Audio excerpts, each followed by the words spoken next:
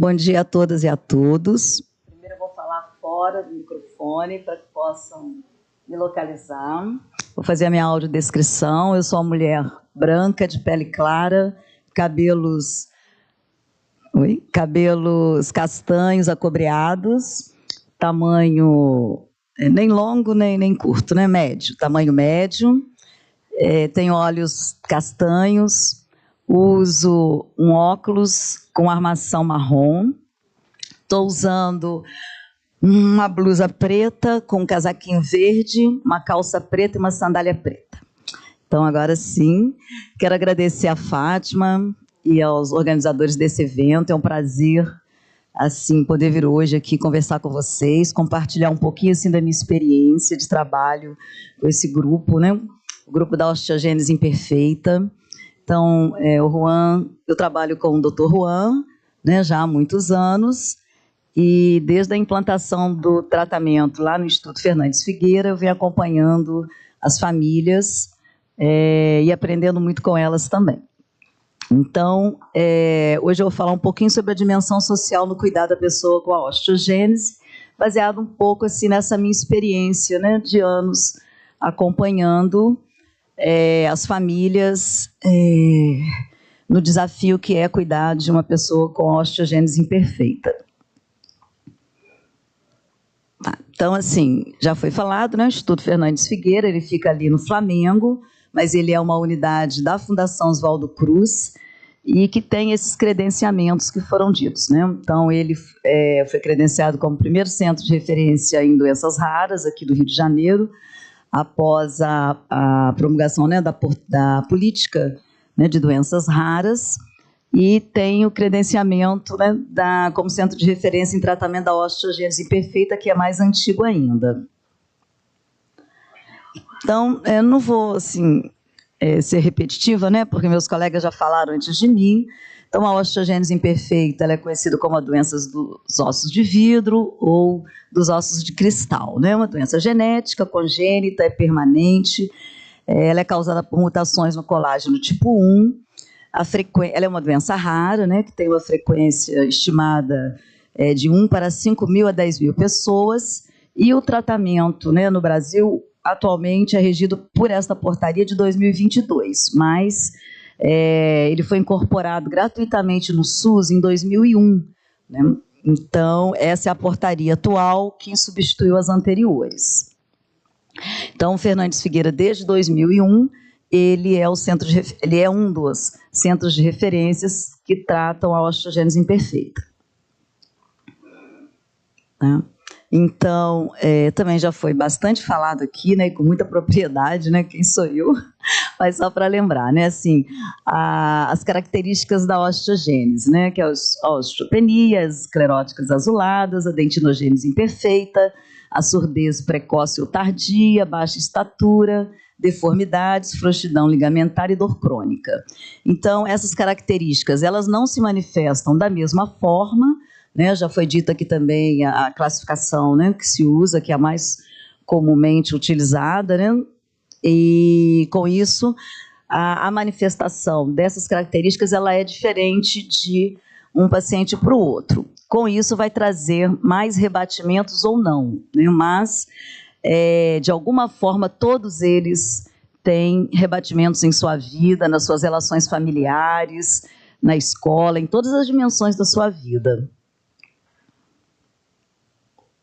Então, por ser uma doença genética e rara, eu trouxe esse slide aqui para ilustrar um pouquinho, né, as demandas que uma doença rara traz na vida, de que forma que ela impacta, né, na vida das pessoas que vivem com ela e de suas famílias, né?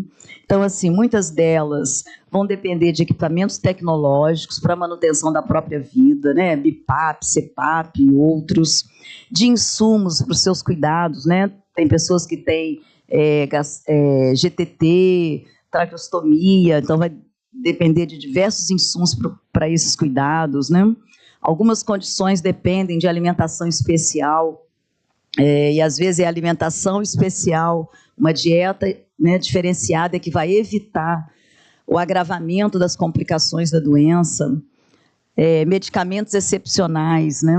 Muitas delas vão depender de medicamentos, inclusive chamados de medicamentos órfãos, né? Por conta de serem medicamentos de alto custo, e com isso o acesso é muito pequeno a ele, geralmente o acesso é governamental. Esses medicamentos, né, muitas doenças raras, não despertam o interesse da empresa farmacêutica no desenvolvimento, né, de medicamentos, porque vai beneficiar poucas pessoas, e com isso pesquisas, né, que duram muitos anos para se desenvolver um medicamento. No momento em que esse medicamento é desenvolvido, as pessoas em geral não têm poder aquisitivo, né? Então tem que ser negociado com os governos. Então, por isso que muitos deles ainda têm essa batalha pela frente, né, para ter acesso aos medicamentos. Além disso, né, todos eles, né, todas as condições, elas vão precisar de cuidados multiprofissionais. Não basta o acompanhamento médico, né, precisa realmente, para atender ao cuidado, né, e para que a pessoa tenha o mínimo de condições, né, de conviver com a sua patologia, vai precisar de diversas abordagens. E também isso também já foi falado um pouco aqui, né? Vai precisar também de uma rede de apoio socioassistencial, né? Principalmente no país onde nós vivemos, com essa diferença enorme, né, de recursos, né, entre as pessoas. Então, realmente, o poder público ele tem um papel fundamental em suprir, através das políticas públicas, o acesso, né? Garantir o acesso a determinadas condições para que essa pessoa possa viver com uma certa qualidade e ter as suas necessidades atendidas. E não não menos importante, né? Essa pessoa precisa de uma rede de apoio familiar, né? Uma doença rara, ela acomete não somente aquela pessoa que vive com ela, mas acomete toda a família. Vai trazer mudanças em toda a família, daqui a pouquinho a gente vai falar um pouquinho mais sobre isso, né? E a comunidade também, porque vai exigir, né, assim, serviços, né, diversos serviços para poder estar atendendo as necessidades dela. Então, no Brasil, nós temos hoje, né, uma legislação básica. Destaco ali, né, começou com a Constituição Federal, né, de 1988, ali já é previsto, né, já é falado, né, muito embora o enfoque é nas pessoas com deficiência, a gente sabe que nem todas as doenças raras elas acometem dessa forma, né, mas nós temos todo esse aparato legal e temos outras legislações também, né. Então, assim, eu quero chamar a atenção aqui, né. Esse aqui tem a luzinha?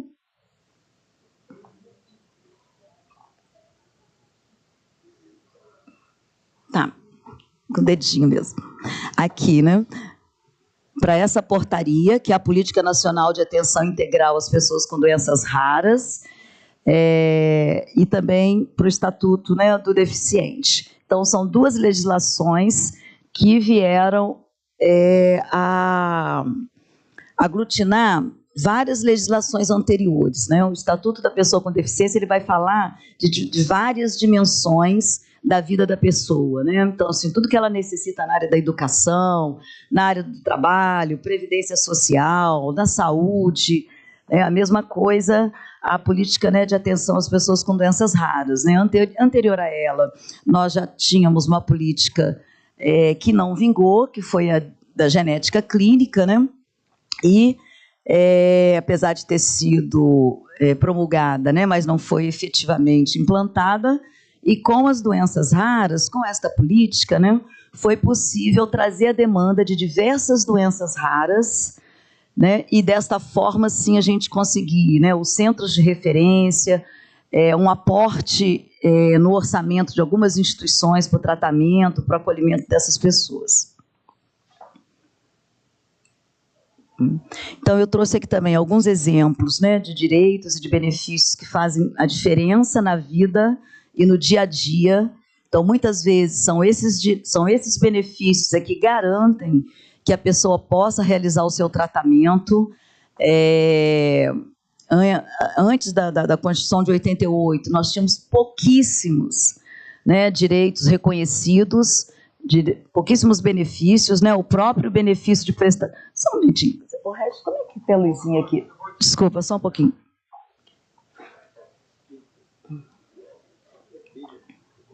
Eu não sei, não. Não, já, peraí, não. Tem que apertar com mais força. Já consegui, Regis. É que tem que apertar com mais força. Então, o benefício de prestação continuada, né? Ele é um diferencial na vida de muitas famílias, porque muitas vezes, né, uma pessoa da família ela precisa sair do mercado de trabalho para se tornar o cuidador principal daquela criança, daquele adolescente ou daquele adulto. Então, isso traz, né, uma perda econômica para a família, uma dificuldade grande da família, às vezes, em manter as necessidades, os gastos com aquela pessoa. Então, eu chamo a atenção, né, para o benefício de prestação continuada, que vocês, né, já devem conhecer, né, e para os auxílios de transporte, tá? Tanto o tratamento fora do domicílio, quanto os passes livres. Então, são auxílios fundamentais que a gente tem, né, assim, a preocupação em informar as famílias, porque muitas vezes o comparecimento delas nas unidades de saúde só são possíveis mediante esses auxílios. Tá? Além disso, além disso, né, nós temos outros, eu só estou listando, não vou ficar falando sobre todos não, tá? Só estou listando, né, para vocês terem uma ideia, para vocês terem uma ideia, né, de avanços que nós tivemos a partir, né, de 1988, tá? E queria falar para vocês um pouquinho sobre algumas questões que, ao longo assim, né, do meu contato com as famílias, né, que eu percebo que são muito importantes. Então, assim, ali, não quero me deter assim, na questão somente da comunicação do diagnóstico, né, mas no diagnóstico em si. Então, assim, o diagnóstico, ele tem sido assim, uma grande questão para a pessoa que tem uma doença rara, porque muitas vezes, né, ela faz uma peregrinação enorme até conseguir fechar, né, um diagnóstico, e com isso dar continuidade ao seu tratamento, ou então fazer com que os profissionais que estão ali atendendo tenham mais informações, né, e possam direcionar melhor o tratamento. Agora, né, com a portaria, a gente vai ter a possibilidade de ampliar, de melhorar um pouco mais, né? Esperamos que sim, né? Com mais centros de referência sendo credenciados, né? Dando essa possibilidade, né, de que esse diagnóstico chegue de uma forma mais rápida e menos tardia, porque com isso, muitas vezes, o tratamento muitas vezes começa tardiamente, e isso traz prejuízo, né, para a saúde da pessoa. Agora, eu quero chamar a atenção também sobre a comunicação do diagnóstico, né? Então, nós estamos aqui numa sala com, né, vários profissionais de saúde. Esse é um momento importantíssimo na vida daquela pessoa e da família, e que muitas vezes vai determinar até a forma como a família vai lidar com aquela pessoa, né? Então, assim, claro que não existe receita, né? Não é receita de bolo, mas a gente tem que ter um pouco de sensibilidade, principalmente quando se trata de recém-nascidos, né? Ao dar o diagnóstico, né, de uma doença rara, né? Porque aquilo ali pode comprometer e pode trazer, assim, eu não vou citar aqui, né, diversas situações, né, que já me relataram, né? Mas eu quero chamar a atenção, assim, para a sensibilidade, né? Não é para ser dado no corredor, não é para ser dado, né, no momento em que os pais ainda nem viram o bebê, né? Então a gente tem que ter bastante cuidado nesse momento, tá? É importante a compreensão sobre o diagnóstico e o tratamento, né? E essa compreensão, ela tem que ser priorizada desde a infância, né? Numa linguagem que a criança possa entender, né? Mas desde a infância, a pessoa que vive com uma doença rara, no caso aqui, né, trazendo aqui a osteogênese, né, ela precisa desde criança a entender aquela condição, entender os seus limites, né? Em relação à composição e à dinâmica familiar, né? Muitas famílias se desintegram diante, né, de um diagnóstico como esse, e outras se unem mais ainda em prol daquela pessoa.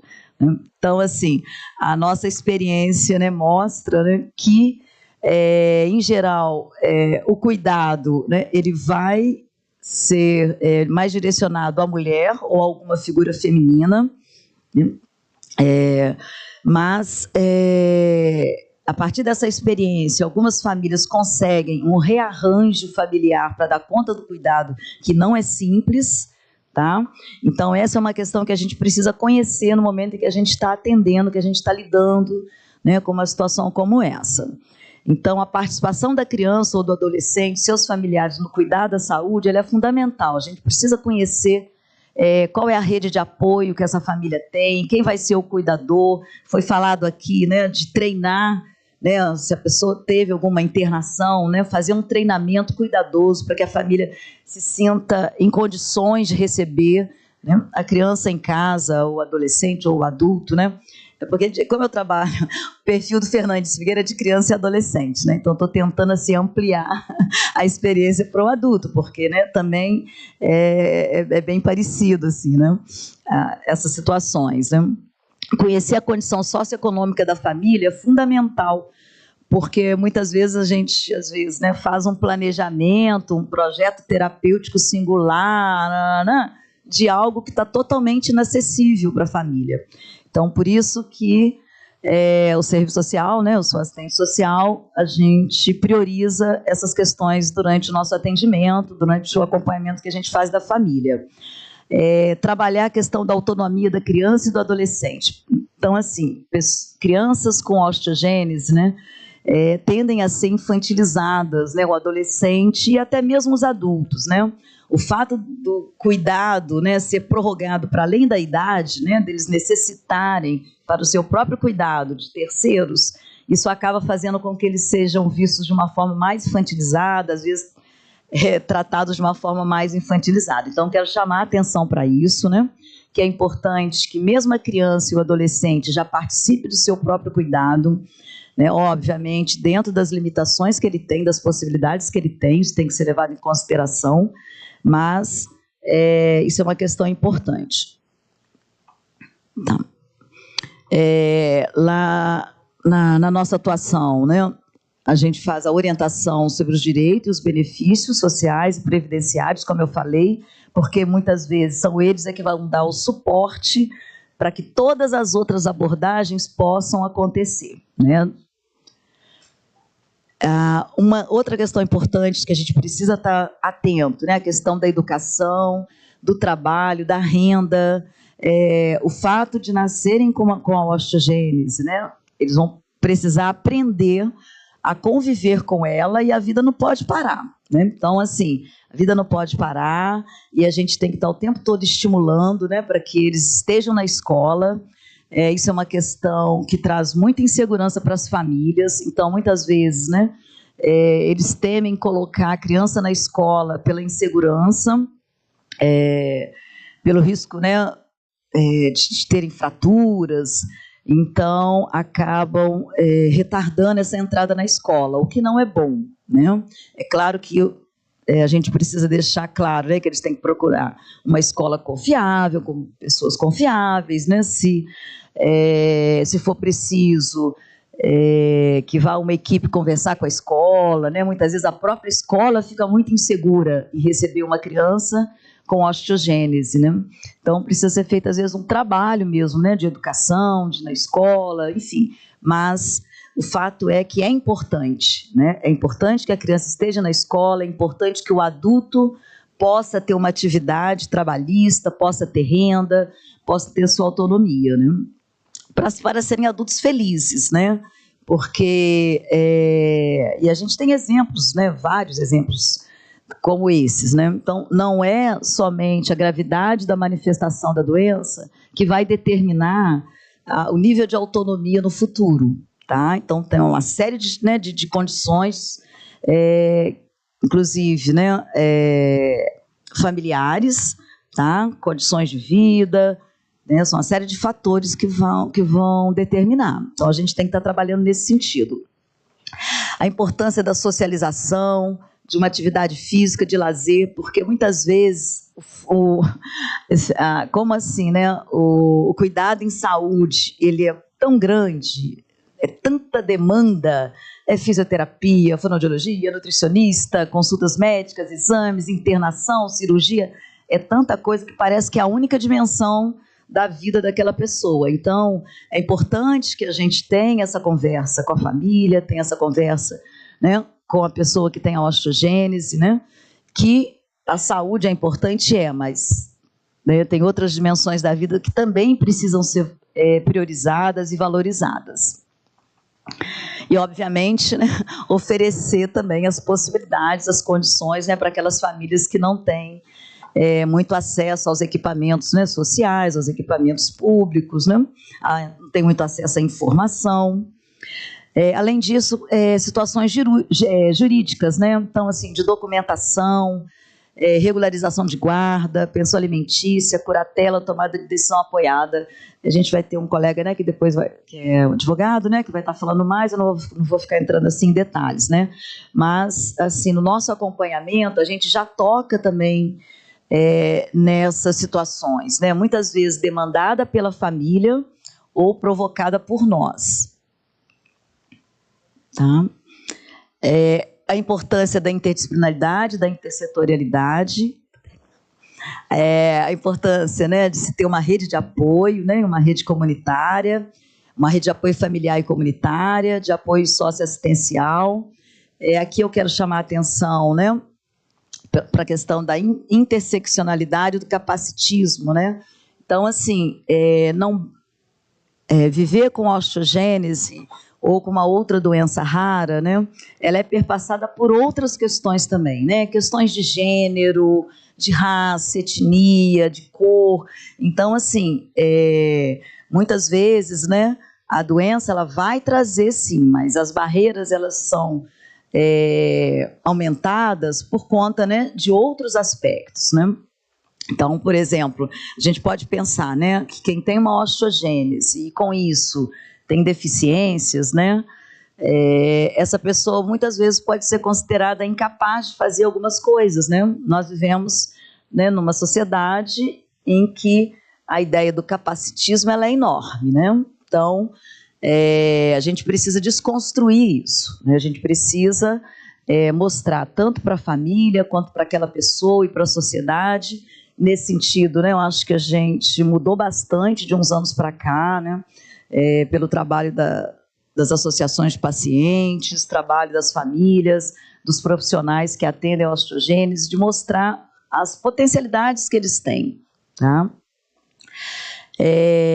A rede de proteção e garantia de direitos, né, a gente precisa acionar quando for preciso, né? Então, nós temos, né, no Brasil, né, um sistema que nos dá mecanismos, né, quando a gente vê alguma violação de direitos, a gente tem Conselho Tutelar, a gente tem Ministério Público, a gente tem várias instâncias, né, que a gente pode estar acionando numa situação dessas, né? Então, as associações de pacientes, a gente precisa estar sempre fortalecendo, porque muitos ganhos que nós temos hoje em termos de tratamento, de melhoria na qualidade de vida, de acesso a equipamentos sociais, controle social, tudo isso, né, as associações de pacientes, elas têm desempenhado e com louvor. Tá? E tudo isso para quê? Para a gente chegar, né, nessa situação de ter uma melhor inclusão social e uma melhor qualidade de vida dessas pessoas.